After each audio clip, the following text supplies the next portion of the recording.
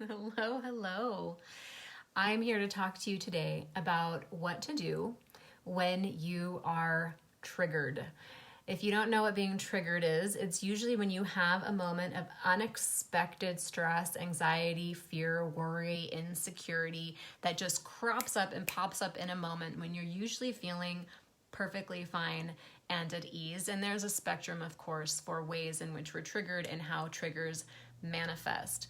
But for me, in my experience, most of the time when we're triggered, it can be something really small. It can be something that is imperceivable and we don't even know why we're being triggered, or it can be something really big. But again, usually it manifests as fear, anxiety, anger, insecurity, worry, that kind of thing, where we're just having this big emotional reaction, seemingly out of nowhere.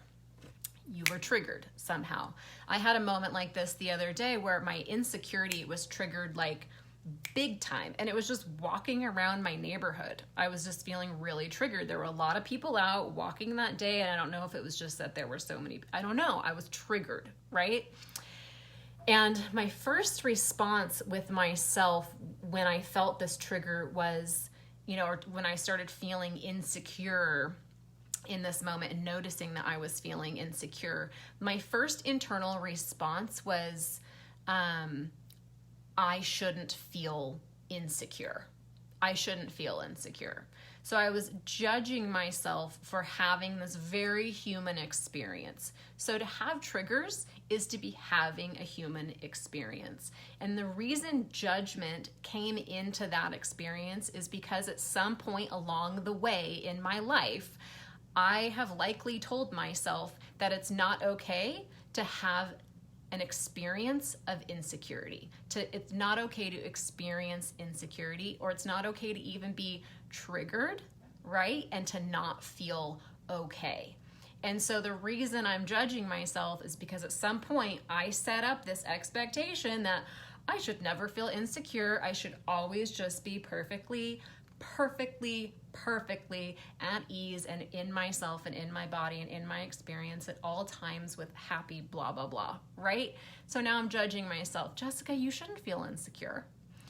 And then there's the other part, the part that's more conscious, that's like, Jessica, you shouldn't judge yourself for feeling insecure. So, right, judgment for the insecurity, and now I'm judging the insecurity, right? And then here I am out on a walk with my kids, and I'm like totally in my head. I'm not even present like with what is actually going on in the moment, because I'm in my mind having this whole, very conscious, quote unquote, conscious conversation with myself about how I shouldn't feel insecure and blah, blah, blah, blah, blah, because I was triggered into feeling insecure in some way. So what do we do when these things happen, when a trigger happens for you? And maybe, again, triggers can be all kinds of things. In that moment for me, it was feeling insecure and self-conscious. In other moments, it manifests as frustration, as intense anxiety, as anger, as sadness. It could be any number of things, right? It doesn't even so much matter. A trigger is a trigger.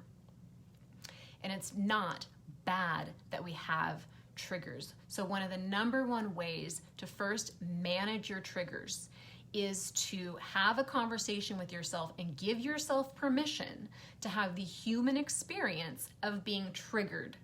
Sometimes you are not going to go through this life and not ever be triggered, and never feel insecure, and never feel angry, and never feel stressed, and never feel anxious. That's part of the human experience. So allowing that for yourself. And then, of course, when you are triggered and you have that triggered, it's what you do with the trigger when you have it. Some of it is, if it's really intense, really choosing what you do with the trigger, not taking it out on other people, removing yourself from the room, if that's the kind of thing you need to do. But a lot of it is a matter of like sitting and breathing and stepping back and going, okay, I'm being triggered. And instead of getting on the train to Nowhereville, that's like really headed off a cliff somewhere, that is judgment land of the fact that you shouldn't be having the trigger at all, whatever that trigger is. Choosing to go, oh, I see myself judging the fact that I'm having this trigger. Clearly, I have an expectation or belief that I'm not allowed to have this feeling or to be triggered in any way. So first addressing and noticing, like, what is the trigger? So removing the judgment entirely over here, right?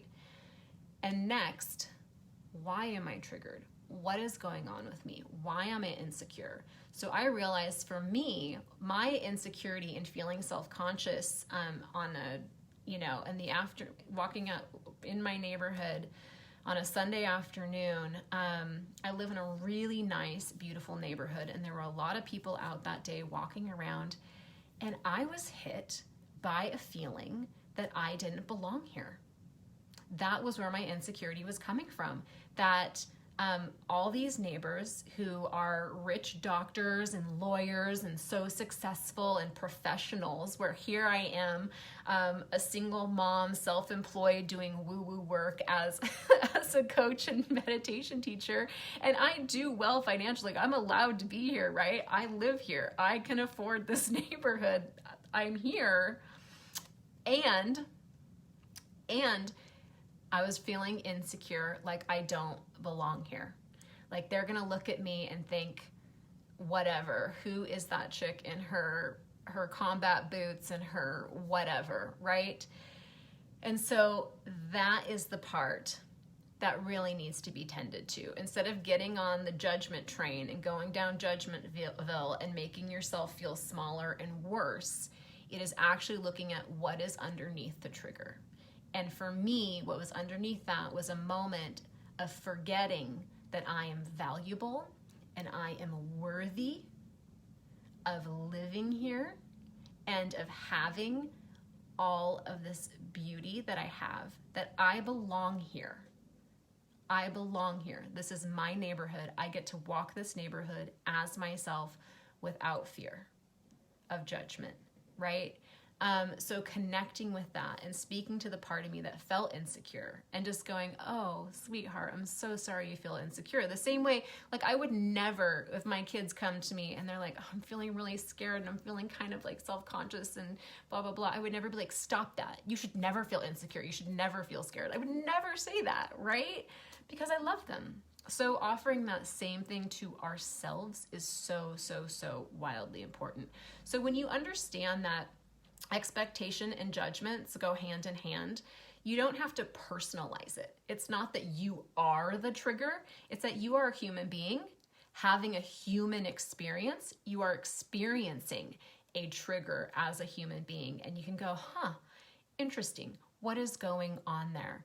And if there is judgment, going, okay, I'm going to remove this expectation of myself that I should never be triggered and never feel this way. And there you go. Judgment and expectation, see you later. Have fun over there, because now we can tend to what's actually underneath the trigger, what is going on. I feel that it's so important that we have this conversation, that we understand that part of, if you have any kind of spiritual belief or spiritual practice, or you're on the self-development spectrum, or your growth, you're growing and you're working on yourself and understanding yourself and going to difficult, dark, hard places, it's really, really important that you understand that there is infinite grace for you, and that ultimately one of the greatest spiritual practices that we can have, for the highest spiritual practices, is having a human experience, embracing that you are a human being, and this is part of it, right? This is part of it, and having love and compassion for that. And when you realize there's expectation and judgment, that's okay too. It's not bad that you have the triggers. It's not even bad that you have the judgment. It's what you do with the judgment. It's what you do with the trigger that matters. And you can be scared and still make decisions that are in your best interest, right? And I'm gonna do a whole nother video on that at some point, where we talk about the fact that You don't need to wait to not feel scared in order to make positive changes in your life. If you're waiting to not feel scared, if you're waiting to not feel guilty, you're never going to make the changes, right? So anyway, I hope that you find this helpful today. Whoever this is for, let me know how this landed. I'm Jessica Amos. I'm a mindfulness and meditation teacher. I'm a life transformation coach, and I'm the founder of Stay With Yourself, which is the practice of being who you are, where you are in this human experience. To be who you are, where you are, that's all of what mindfulness and meditation really, really is. And like my friend Miriam says, ease and grace, come sit on my face. Yes, here I am. I'm wishing you all a beautiful day. I'll talk to you soon. Bye.